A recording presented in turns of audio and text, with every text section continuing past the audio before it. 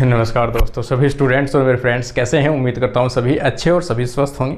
आज अपन डिस्कस करने वाले हैं, एक ऐसा टॉपिक लेके आया हूं।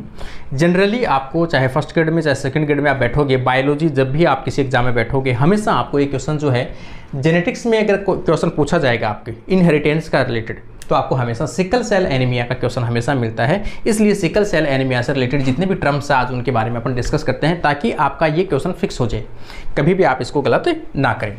सिकल सेल एनीमिया, सबसे पहले अपन टर्म से भी, नाम से भी है एनीमिया।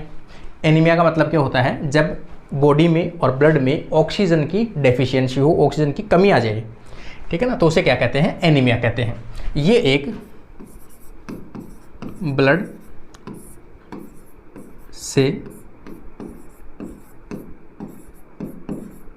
रिलेटेड सिंड्रोम है, ठीक है ना, ब्लड से रिलेटेड सिंड्रोम है। दूसरी चीज़ आप देखोगे यहाँ पे, ये ऑटोसोमल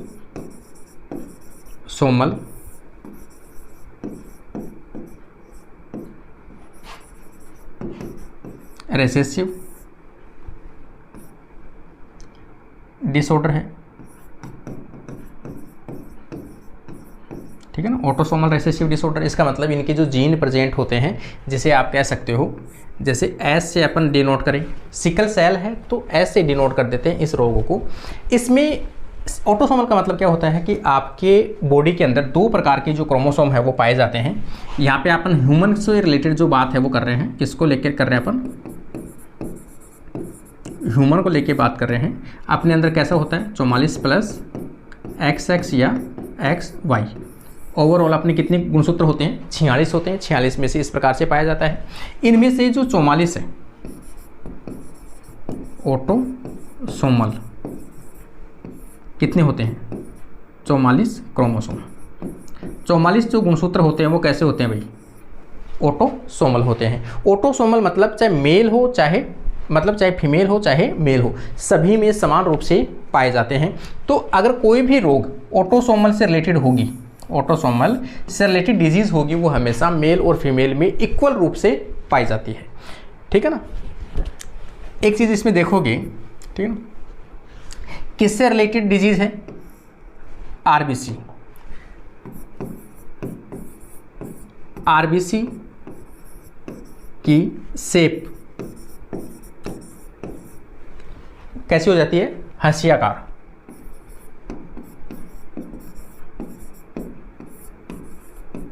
हंसियाकार को अपन बोलते हैं यहाँ पर सिकल के जैसी आरबीसी की आकृति हो जाती है इस रोग के अंदर। इसका मतलब आरबीसी की नॉर्मल आकृति कैसे होती है,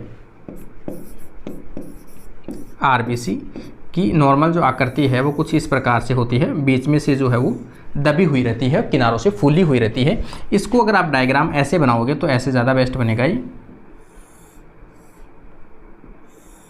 आरबीसी की जो शेप है वो कुछ इस प्रकार की होती है, अपने किनारों से यहाँ से मोटी रहती है और बीच में से दबी हुई रहती है। इसे बोलते हैं बाइकॉन्केव। तो ह्यूमन की अपनी जो आरबीसी होती है वो किस आकृति की होती है, बाइकॉन्केव आकृति की होती है। लेकिन अगर किसी में ये रोग है, सिकल सेल एनीमिया, अगर ये किसी में रोग है तो आरबीसी की जो शेप है वो क्या हो जाती है, बिगड़ जाती है। किस प्रकार की होती है, हंसियाकार या फिर अपन सिकल कह सकते हैं। सिकल की जो आकृति होती है, आपने हंसिया देखा होगा, किसी चीज़ को, क्रोती जो होती है किसी चीज़ को काटने के लिए, फसलों को काटने के लिए जो यूज में आती है, इस प्रकार से आप देखे होंगे, इस प्रकार की आकृति होती है। तो ये जो आकृति है ये क्या होती है, सिकल सेल होती है। तो इसकी जो आरबीसी की आकृति है वो कैसी हो जाएगी, इसके अंदर इस प्रकार की हो जाती है। आरबीसी की आकृति कुछ इस प्रकार की हो जाती है और बीच का जो स्पेस है वो लगभग खत्म हो जाता है। इस प्रकार से आकृति इसकी बनती है। अब इसमें प्रॉब्लम क्या होती है कि नॉर्मल जो आरबीसी यदि होगी आपकी बॉडी में, तब तक तो यहाँ नॉर्मल आरबीसी इस प्रकार से पड़ी है, और ये आरबीसी, और इधर देखो कि सिकल शेप्ड, यदि आपके ब्लड में ऐसी प्रकार की कोशिका है सिकल शेप्ड, तो यहाँ पे इस प्रकार की होगी। और इस प्रकार की जो सेल्स है वो किसी भी ब्लड वेसल्स जो होती है, छोटी ब्लड वेसल्स, उनमें निकलने में दिक्कत आती है। अगर ये होंगी तो ये थोड़ा सा एडजस्ट करके निकल जाती है, ऐसे वाली होगी तो ये आपस में एक दूसरे में ऐसे फंस जाती है और क्या हो जाएगी, वहाँ पर ब्लड की क्लोटिंग टाइप का ऐसे हो जाता है। और ये जो सेल्स है ये फिर धीरे धीरे टूटने भी लगती है, जिसके कारण से इनका जो बहाव होता है उनको भी रोकते हैं, जिसके कारण से एक तो ये चीज़, जिन आरबीसी में सिकल सेल कन्वर्ट हो गई है वो आरबीसी ऑक्सीजन को सप्लाई नहीं कर पाएगी। ये होती है सिकल सेल, ये क्या करेगी, ऑक्सीजन को ट्रांसपोर्ट या सप्लाई नहीं कर पाएगी, सप्लाई नहीं कर पाती है। और यदि ऑक्सीजन की बॉडी में डेफिशिएंसी आती है, ब्लड में ऑक्सीजन की कमी आती है, उसे अपन क्या कहते हैं, एनीमिया कहते हैं, उसे अपन क्या कहते हैं, एनीमिया। इस कारण से इसमें क्या होता है, एनीमिया जो रोग है वो दिखाई देता है। ठीक है ना, तो ये तो टर्म हो गया इससे रिलेटेड। अब अपन देखेंगे सिकल सेल का, ये तो फिनोटाइप है, सिकल सेल का कारण देखोगे या कोज देखोगे, किस प्रकार से होता है। सिकल सेल एनीमिया एक आनुवांशिक रोग है। कैसा है, जेनेटिकली डिसऑर्डर है, जेनेटिक डिसऑर्डर।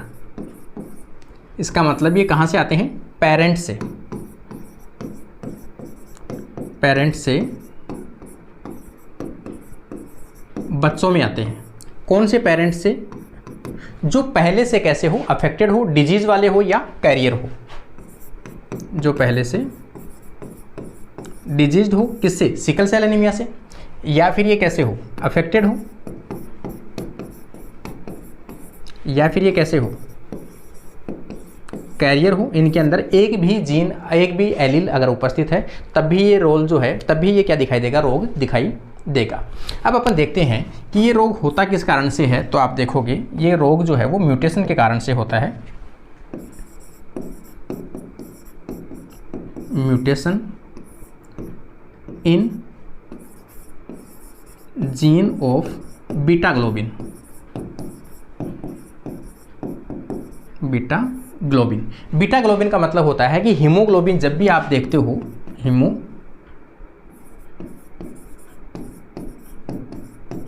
हीमोग्लोबिन, जिसे अपन HB के नाम से जानते हैं।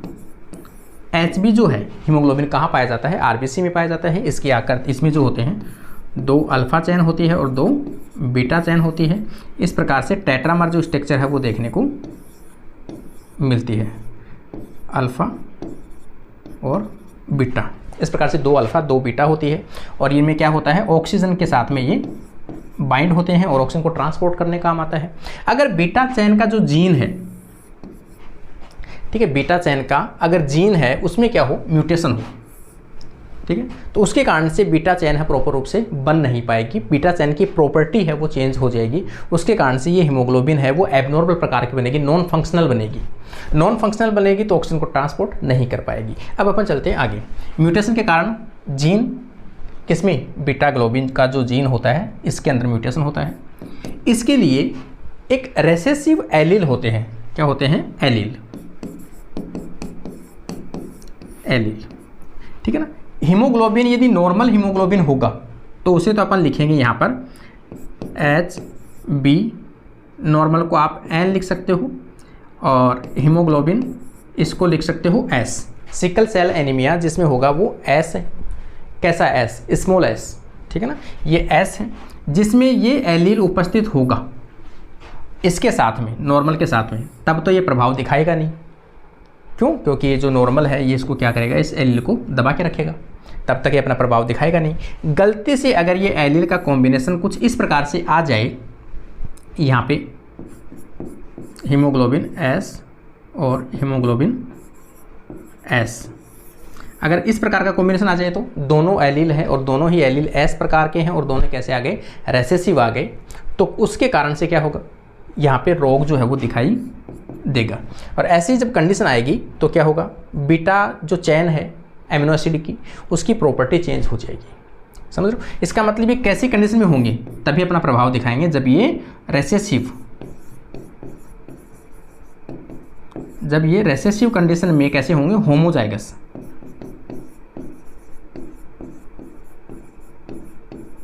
जब ये होमोजाइगस रिसेसिव कंडीशन में होंगे तभी ये अपना प्रभाव दिखा पाएंगे, अदरवाइज ये नहीं दिखा पाएंगे, क्योंकि इनकी कंडीशन अलग अलग हो सकती है। इनकी 3 कंडीशन अपन बना सकते हैं।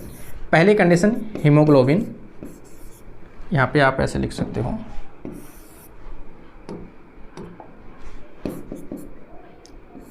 हीमोग्लोबिन ए, हीमोग्लोबिन ए, ये अपन मान सकते हैं कोई नॉर्मल है, ठीक है, जो आपकी बॉडी में पाया जाता है। सेकंड कंडीशन हीमोग्लोबिन ए, ये नॉर्मल है एलील, लेकिन इसके साथ में हीमोग्लोबिन एस आ गया है, तो ये क्या हुआ, नॉर्मल तो रहेगा ये भी, क्यों, इसका ये जो इसको दबा के रखेगा, ये क्या है, डोमिनेंट है, ये क्या है, रेसेसिव, डोमिनेंट हमेशा इसको दबा के रखेगा। लेकिन ये जो पर्सन होगा ये क्या होगा, इसे क्या बोलेंगे, कैरियर बोलेंगे। कैरियर का मतलब होता है जीन तो है लेकिन मॉर्फोलॉजिकली कैरेक्टर दिखाई नहीं देगा, इसके अंदर रोग उत्पन्न नहीं होगा, लेकिन इसका जीन उपस्थित होता है इसके अंदर। तीसरी कंडीशन, यहाँ पे कंडीशन आएगी हीमोग्लोबिन एस, हीमोग्लोबिन एस। अगर दोनों कंडीशन सेम आ जाए तो उसमें क्या होगा, रोग उत्पन्न होगा, डिजीज्ड। कौन सी,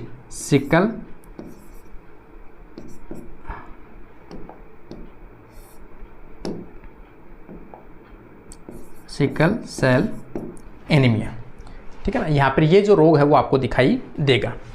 जैसे जैसे हीमोग्लोबिन की, इसकी भी आकृति भी आप देख सकते हो कि जैसे जैसे आकृति चेंज होगी, यहाँ पे आरबीसी इस प्रकार की है और यहाँ पे आरबीसी कैसे होगी, इस प्रकार की होगी। कारण क्या है, अगर ऐसा कॉम्बिनेशन बैठेगा, बैठते ही इसके जो डीएनए होता है उसमें चेंज होता है, उसमें क्या होता है, म्यूटेशन होता है, जो आगे अपन डिस्कस करते हैं। यहाँ पे देखो, जैसे अपन बात करते हैं कि जो बीटा चैन ग्लोबिन, उसकी बात करते हैं। सबसे पहले है डीएनए, ठीक है, कोई भी डीएनए है इस प्रकार से जिसका कॉम्बिनेशन देखने को मिलता है अपने पास में, ठीक है ना। यहाँ पे जैसे डीएनए को एक बना रखा है GAG,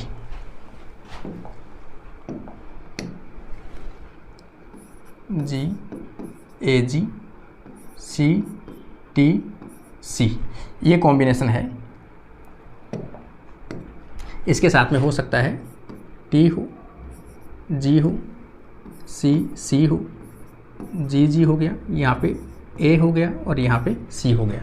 ये कोई एक डीएनए का क्या है, कंपोजिशन है। जब तक ये कंडीशन है तब तक क्या है, डीएनए नॉर्मल है। अगर इसमें जीन किस प्रकार का आ गया है, हीमोग्लोबिन एस प्रकार का आ गया है, एस प्रकार का, तो इसमें क्या होगा, बिट इस डीएनए में क्या होगा, चेंज होगा। अगर ये कॉम्बिनेशन आएगा तो जीन किस प्रकार का होगा, इसमें म्यूटेशन, यहाँ पे आप देखोगे इस प्रकार का। इसमें जैसे यहाँ पे आप देखोगे GTG,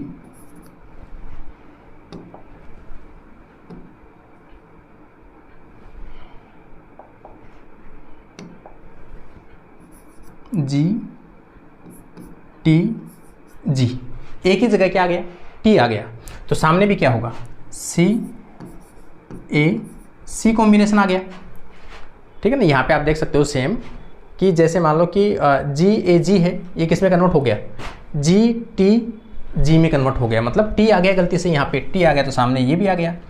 ये तो दोनों साइडों वाले हैं, ये तो क्या है, सेम है। यहाँ पे ये दोनों सेम बना दो, GT और C, GG और ये CA, ये बन गया। लेकिन यहाँ पे क्या हुआ, म्यूटेशन हो गया इसके अंदर, ठीक है ना, तो ये म्यूटेशन हो गया। अब इसका क्या होगा, ट्रांसक्रिप्शन होगा। ट्रांसक्रिप्शन होगा तो क्या बनेगा, इससे mRNA बनेगा यहाँ पे, और mRNA जब बनेगा तो यहाँ पे अपन इसको देख लेते हैं केवल, इसका कॉम्बिनेशन कैसा बनेगा। mRNA जो बनेगा, mRNA होगा सिंगल स्टैंडर्ड यहाँ पे, तो mRNA जो इसका बनेगा तो ये आ जाएगा GAG, क्या बनेगा, GAG बनेगा। और यहाँ पे अगर बनेगा mRNA तो कैसा बनेगा, GUG बनेगा, mRNA में जो RNA में जो होता है ना, थायमिन नहीं पाया जाता है, इसलिए एक ही क्या जाएगा, U आ जाएगा। अब नॉर्मल कंडीशन में ये अगर आप देखोगे तो ये एक प्रोटीन के एमिनो एसिड के लिए रेस्पॉन्सिबल है। अगर ये कोडोन होगा तो ये कोडोन बनाएगा ग्लूटामिक एसिड। ये कौन सा एमिनो एसिड बनाता है, ग्लूटामिक एसिड। जबकि ये अगर कॉम्बिनेशन बनेगा तो ये बनाता है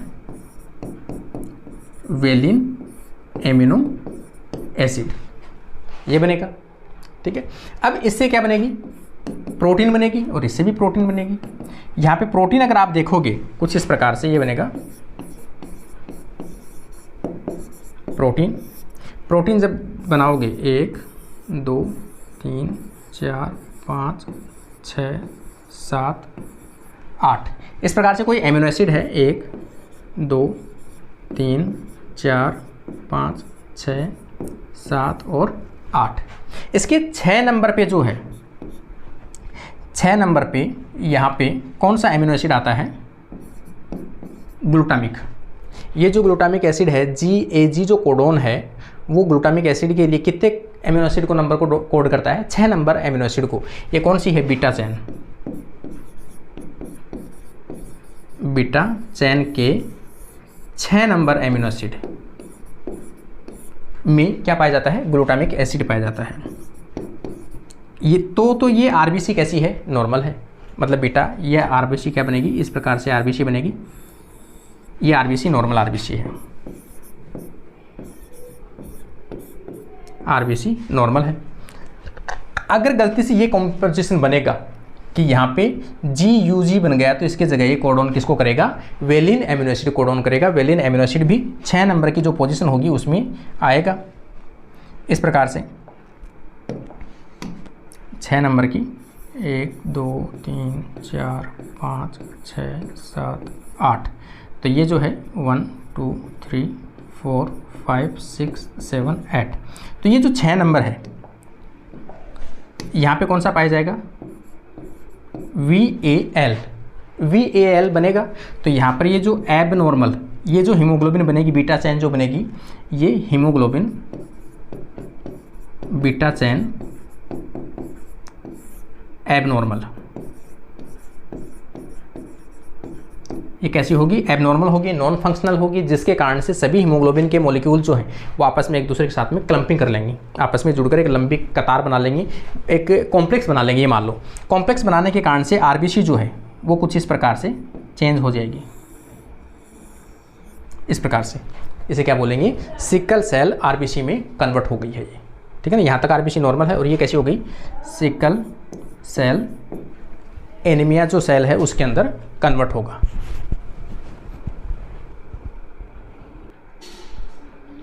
ठीक है, तो यहाँ पे ये क्या होगा, सिकल सेल एनीमिया की इस प्रकार की स्ट्रक्चर होगी। यहाँ पे भी आप लोग डायग्राम में जो है वो देख सकते हो, यहाँ पे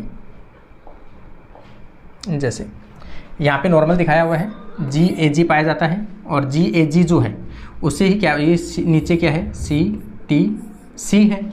CTC जो है वो किस में कन्वर्ट होता है, GAG में कन्वर्ट होता है और ये क्या बनाता है, ग्लूटामिक एसिड बनाता है। ग्लूटामिक एसिड से क्या बनता है, नॉर्मल प्रोटीन बनती है।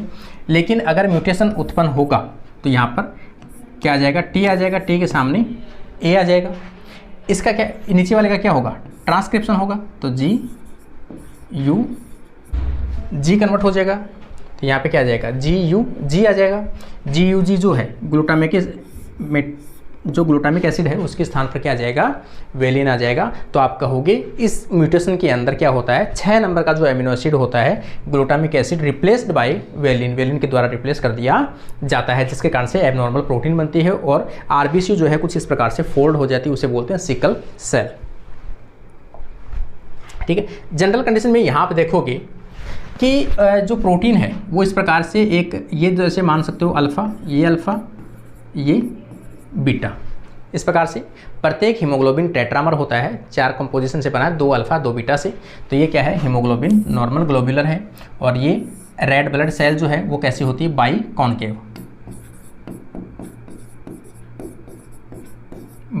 कॉन्केव आकृति है इसकी। लेकिन ये बाइकोनकेव होने के कारण से इनकी जो ब्लड वेसल्स होती है, पतली ब्लड वेसल्स होती है, उनके अंदर से कैसे निकल जाती है, देखो यहाँ से इस प्रकार से ये फोल्ड होके इस प्रकार से निकल जाती है यहाँ से, है ना। कोई चीज़ ऐसे जा रही है तो वो ऐसे फोल्ड होके साइडों से एडजस्ट करके निकल जाती है, तो कोई दिक्कत नहीं आती है। लेकिन अगर मैंने क्या बताया, अगर इसमें जो ग्लूटामिक एसिड है उसके स्थान पर अगर वेलिन आएगा तो ये जो था वो क्या था, एसिड था। कैसा था, ये एसिडिक एमिनो एसिड था, और ये कैसा है, न्यूट्रल प्रकार का है। इसके कारण से इसकी प्रॉपर्टी में चेंज होगी। प्रॉपर्टी चेंज होने के कारण से सभी हीमोग्लोबिन के मॉलिक्यूल जो अलग अलग पड़े हैं आरबीसी में जाएंगे, ये सभी आपस में मिलकर क्या बना लेते हैं, क्लम्पिंग बना लेते हैं इस प्रकार से। और ये क्लम्पिंग बना के आरबीसी में जब जाते हैं तो आरबीसी के अंदर इस प्रकार से फंस जाते हैं ये, और आरबीसी को क्या कर देते हैं, ऐसे तिरछा कर देते हैं। जैसे क्या कहते हैं, आरबीसी जो है red blood cell convert into sickle shape में कन्वर्ट हो गई। अब अगर मान तो ये जो सेम जो वेसल्स है ना, आर्टरीज है, वेसल्स है, यहाँ पे अगर ऐसी कंडीशन आए, अगर एक साथ में बहुत सारी सिकल सेल आ जाए तो आपस में एक दूसरे के साथ में फंस जाएगी, वहाँ से वो निकलेगी नहीं। आरबीसी होती है तो एक एक आराम से निकल जाती है वो फोल्ड होके, लेकिन ये बड़ी साइज में होती है और एक दूसरे में फंस जाती है। ऊपर से इनके पार्टिकल्स टूट जाते हैं, टूटने के कारण से वो भी आपस में फंस जाते हैं। इसके कारण से क्या हो जाते हैं, ब्लॉकेज बना लेते हैं। तो इसे क्या बोलते हैं, सिकल सेल्स होती है, इस प्रकार से होती है। Blood vessels form clot and blockage, धीरे धीरे ब्लॉकेज होने लगता है। तो इस प्रकार से इसे क्या बोलते हैं, सिकल सेल एनीमिया बोलते हैं। आगे आप देखोगे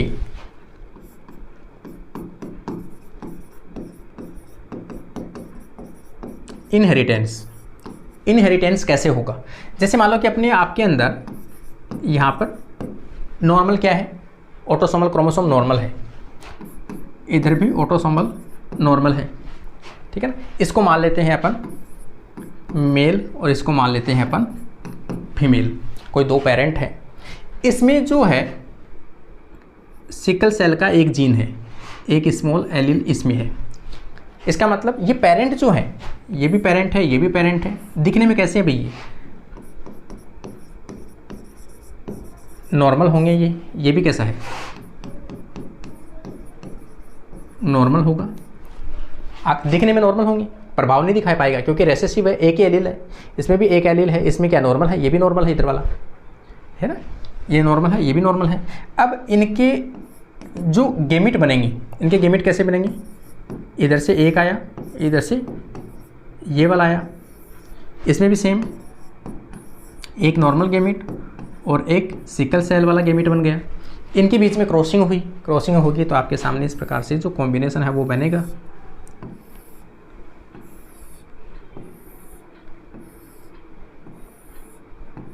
इस प्रकार के आपके सामने क्या बनेंगे, कॉम्बिनेशन बनेंगे। यहाँ पे पहला कॉम्बिनेशन देखोगे आप तो ए नॉर्मल आएगा, ये ए भी क्या आएगा, नॉर्मल आएगा। यहाँ पे ए नॉर्मल आएगा, ये ए क्या आएगा, सिकल सेल के साथ में आएगा। ए का मतलब ऑटोसोमल क्रोमोसोम। यहाँ पे ए देखोगे आप सिकल सेल के साथ में आया, लेकिन ये ए जो है वो क्या है, नॉर्मल है। तो ये इसको क्या करेगा, दबा देगा, इधर से ये इसको दबा देगा। तो कैरियर जरूर है, ये दोनों हेटेरोजाइगस है, लेकिन क्या है, रोग इसमें उत्पन्न नहीं होगा, ये सामान्य है एकदम। इसमें जो कॉम्बिनेशन बैठेगा, इसमें दोनों ही कैसे आ गए, होमोजाइगस रेसेसिव।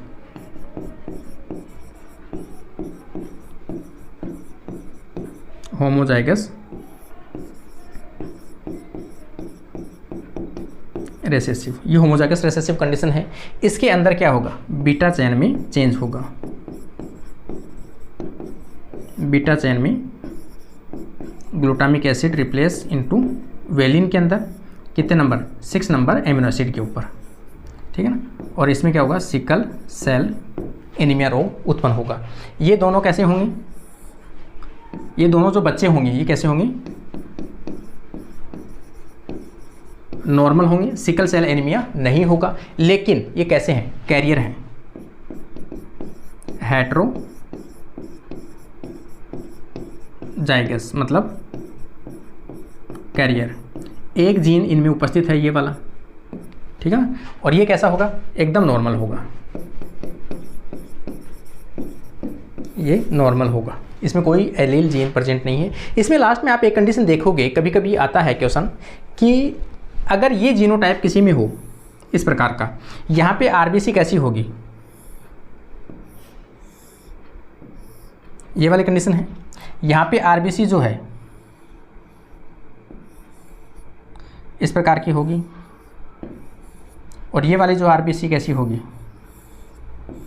इस प्रकार की होगी। ये आरबीसी जिसमें पाई जाती है, हेटेरोजाइगस वाली जो कंडीशन होती है, ये जिसमें पाई जाती है अफ्रीकन जो लोग हैं उनके अंदर ये देखा गया कि जिन लोगों का जीनोटाइप सिकल सेल के प्रति कैसा है, हेटेरोजाइगस है, जिनके अंदर एक एक जीन कैसा है, कैरियर है, वो सभी व्यक्ति मलेरिया के प्रति, मलेरिया रोग के प्रति कैसे होते हैं, रेजिस्टेंट होते हैं, रेजिस्टेंट होते हैं मतलब प्रतिरोधी होते हैं। उनके अंदर मलेरिया रोग उत्पन्न नहीं होता है। क्यों नहीं होता है? क्योंकि मलेरिया का जो प्लाज्मोडियम होता है, प्लाज्मोडियम के जो स्पोर होते हैं, मीरोजोइट्स होते हैं, मीरोजोइट्स किस में रहते हैं, आरबीसी में रहते हैं। और ये जो कंफर्ट जोन है, ये आरबीसी ऐसी होती है जो मलेरिया के मीरोजोइट को कंफर्ट जोन प्रदान नहीं करती है, इसलिए वो मीरोजोइट इसके अंदर अपनी रेप्लिकेशन, अपनी संख्या नहीं बढ़ा पाते हैं। इसलिए जिस व्यक्ति में मेल हो चाहे फीमेल हो, जिस व्यक्ति में इस प्रकार का कॉम्बिनेशन होगा, वो व्यक्ति कैसे होंगे, मलेरिया के प्रति रेजिस्टेंट होंगे, उनके अंदर मलेरिया रोग उत्पन्न नहीं होगा। कोई भी रोग यदि ऑटोसोमल है, ठीक है ना, ऑटोसोमल का मतलब 44 गुणसूत्रों में से यदि कोई भी रोग आता है तो वो मेल और फीमेल में बराबर रूप से पाया जाता है। चाहे ये लड़का हो चाहे ये लड़की हो, जो 4 कॉम्बिनेशन अपने बनाया, सभी में समान रूप से पाया जाएगा। ये एक सिकल सेल एनीमिया का सबसे बड़ा रोग है, जिसकी पूरी चीज़ें डिटेल है वो अपने डिस्कस की है। तो आपका उम्मीद करता हूँ अब जब भी आप एग्जाम में बैठोगे, अगर आपने किसी ने ये वीडियो देखा है तो उसका क्वेश्चन कभी भी शायद गलत नहीं होगा। कैसा लगा आप लोगों को वीडियो आज का, ज़रूर आप लोग रिप्लाई कीजिए। आज के लिए अपनी क्लास यहीं कंप्लीट होती है। Thank you friends.